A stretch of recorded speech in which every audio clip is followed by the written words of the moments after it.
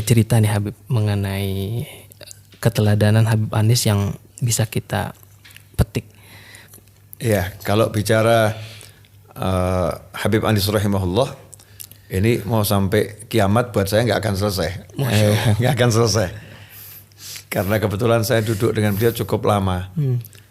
Kenal beliau sejak kecil ya, sejak kelas 2 SD itu saya udah kenal beliau. Setiap malam Jumat hadir maulid, lihat wajah yang teduh, yang indah gitu. Terus bertahun-tahun sampai beliau meninggal dunia. Dua hal yang menarik dari sekian banyak itu, kalau boleh disampaikan dalam waktu yang singkat ini, dua hal. Yang pertama, beliau pengen melayani dengan sepenuh hati. Jadi itu melayani itu dengan sepenuh hati. Nggak ada istilah setengah-setengah itu. Totalitas. Ya, totalitas dan perfeksionis.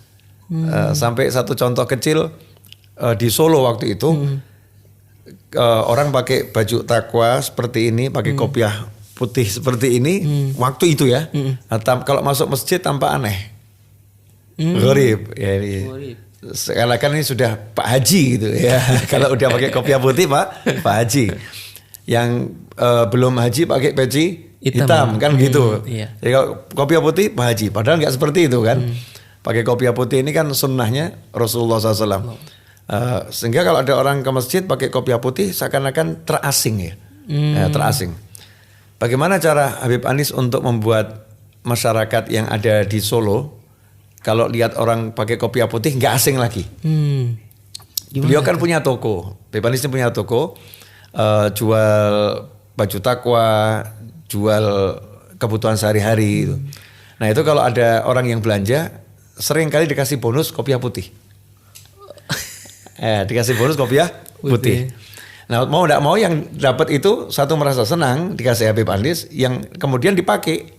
Sehingga di masjid-masjid mulai banyak orang pakai kopiah putih. Jadi nggak sungkan lagi. Nggak sungkan lagi. Jadi tidak pakai nggak usah nasihatin A sampai Z, lisanul hal afsah min lisanil maqal. Itulah tasawuf, praktek langsung. Sehingga orangnya mau pakai kopiah putih. Akhirnya menjadi membudaya ya. Jadi hal yang nggak asing lagi itu kopiah putih.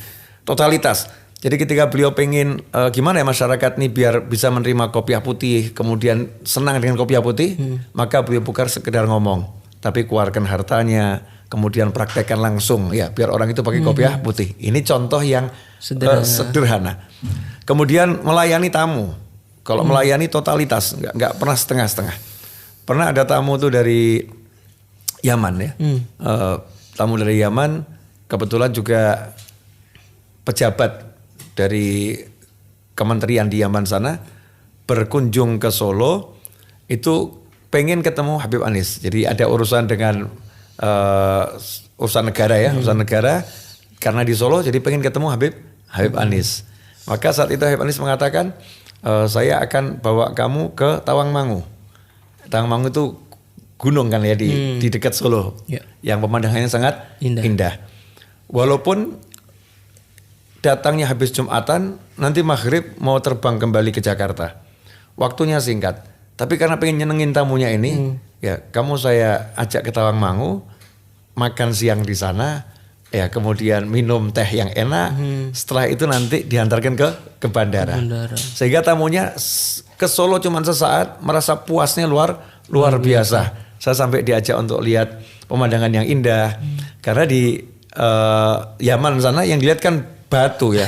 Kalau gunung yang dilihat kan batu. Sehingga kita lihat hijaunya Indonesia itu jadi jatuh cinta sama negara kita. Ya senang sama Indonesia tuh. Nah itu contoh bagaimana totalitas memuliakan tamu. Nah kemudian yang menarik lagi, himmahnya besar. Semangatnya tinggi. Gak pernah kalau punya semangat nanggung-nanggung. Semangatnya besar, kemudian cita-citanya juga besar. Gak melihat yang dimiliki. Nah, biasanya orang punya cita-cita besar itu takut karena melihat yang dimiliki. Nggak punya modal. Nggak punya modal. Ketika beliau mau bangun masjid Riyadnya untuk dipugar jadi besar itu ya, diperluas. Beliau nggak punya uang untuk membangun itu. Ya, nggak punya uang. Ya ada uang tapi nggak punya untuk bangun itu. Kalimat yang beliau sampaikan ke saya saat itu, novel saya nggak takut karena saya punya Allah. Ya, saya punya Allah. Kemudian beliau tidak mau minta sama orang. Jadi bangun, nggak punya uang yang cukup untuk membangun, tapi nggak mau minta sama orang. Saya punya Allah. Orang bertanya-tanya apa bisa selesai itu? Subhanallah ya selesai. Semangatnya tinggi. Nah itu selalu ngajar gitu. Kalau punya semangat yang tinggi, jangan lihat yang kamu punya, lihat yang dipunya Allah. Kalau lihat yang dipunya Allah dan kamu punya Allah, ya minta sama Allah. Terus jalan saja. Gak usah kebanyakan pikir gitu. Semangatnya menggebu-gebu, kuat gitu. Sehingga pernah beliau kan sakit jantung ya. Sakit jantung itu ya sudah lumayan sebetulnya sakit jantungnya itu. Tapi ngimamin tarawih 20 rakaat 1 juz seperempat. Ya Allah. Itu ngimamin. Seringkali ketika mau ngimami dadanya itu lagi sesak gitu ya. Sebetulnya kalau normal nggak kuat itu orang dengan dada yang sesak seperti itu harus ngimami baca dengan suara yang keras. Tapi beliau berkata karena semangatnya pengen ngimami, begitu Allahu Akbar hilang tuh sakitnya. Jadi, karena apa? Semangatnya yang kuat ini. Bagaimana menjalankan amanatnya Allah Ta'ala, mimpin orang jadi imam, mimpin makmumnya, mimpin masyarakat yang datang pengen mendengarkan suara beliau baca Al-Quran dalam sholat, ya mimpin berdoa dan seterusnya. Nah semangat yang besar itu membuat orang di sekitarnya dekat ya merasa seperti hidup nggak di dunia, seperti di jannah, seperti di surga. Sehingga di dekatnya tidak ada rasa suntuk, ya dekat beliau tidak ada rasa nggak enak, semuanya jadi enak. Terpancar energi. Karena energinya tadi semangatnya tinggi. Orang yang dekat yang tadinya semangatnya lemah-lemah, deketin aja jadi muncul semangatnya tinggi. Masya Allah. Itu Habib Anis. Banyak hal ya. Ada yang terakhir itu senyumnya.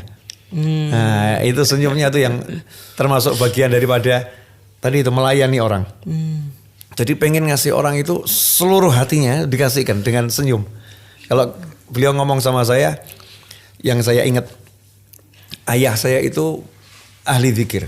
Jadi Habib Alwi, ayahnya Habib Anis, baca kalimat La ilaha illallah satu hari nggak bisa dihitung. Jadi orang dulu kalau di Solo, Pasar Kliwon khususnya, tasbih dulu kan dari biji-bijian tuh. Kalau pengen tasbihnya cepat mengkilap gitu ya, apa biar halus itu mengkilap, itu dipinjamkan ke Habib Alwi. Itu insya Allah 2-3 hari kembali udah mengkilap. Bukan digosok karena dipakai terus, tidak berhenti. Masya Allah. Jadi Habib Alwi itu nggak berhenti ngucap la ilaha illallah, nggak berhenti. Berhentinya cuma satu. Kalau ada tamu. Allah. Begitu ada tamu, pengen ngajak bicara tamunya, ya beliau berhenti, seluruh dirinya dihadapkan ke tamunya dengan senyum, ya dilayani tamunya, selesai, lanjutkan lagi. Ya, itulah yang dicontoh Habib Anis. Masya Allah. Yang memberikan sekujur tubuhnya ini untuk orang lain ya, dengan senyum. Totalitas dan semangatnya itu ya. Insya Allah. Masya Allah. Alhamdulillah kita ngobrol nggak terasa ini ya. Insya Allah. Alhamdulillah. Nanti insya Allah kita lanjut episode kedua. Insya Allah. Oke, Sobat TKNN, terima kasih sudah menyaksikan podcast Tasawuf. Lanjut lagi di Sabtu mendatang. Assalamualaikum warahmatullahi wabarakatuh. Waalaikumsalam warahmatullahi wabarakatuh.